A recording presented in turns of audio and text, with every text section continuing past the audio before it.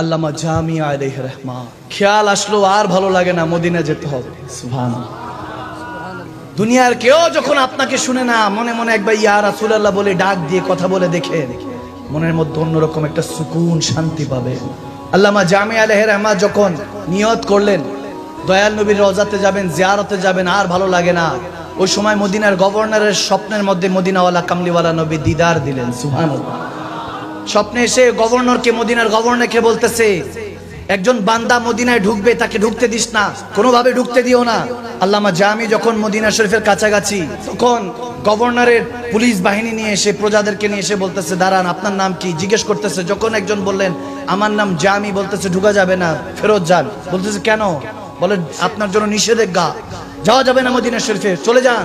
উনি একটু দূরে গিয়ে সরে গেলেন। পরের দিন আবার আমার নবী ওই গভর্নরের স্বপ্নে আসলেন, এসে বলতেছে আজকে আবার ঢুকার চেষ্টা করবে, আবার আটকাইস। সুবহানাল্লাহ। আবার আটকে দিও, ঢুকতে দিও না, প্রবেশ করতে দিও না। গভর্নর পরের দিন গিয়ে দেখে আবার ভিড়ের মাঝখান দিয়ে ঢুকতেছে, এক হাজী সাহেবদের মাঝখান দিয়ে ঢুকতেছে, চুপটি করে লুকিয়ে ধরতেছে, তাকে ধরে ফেলা হলো। ধরে বলতেছে, ফেরত দিয়ে দিছে, বলে যান, আপনাকে বলেছে না ভিতরে ঢুকা যাবে না, যান, চলে যান, যেখান থেকে এসেছেন ওখানে চলে যান। সরে গেলেন। পরের দিন আমার নবী আবার ওই গভর্নরের স্বপ্নে আসলেন। সুবহানাল্লাহ। আমার মাঝে মাঝে চিন্তা হয়, একজনের উসিলায় আরেকজন দিদার পায়। সুবহানাল্লাহ বলেন না? হায় হায় হায়, क्या करीम नबी है, কি দয়ার সাগর আমার পেয়ারা নবী।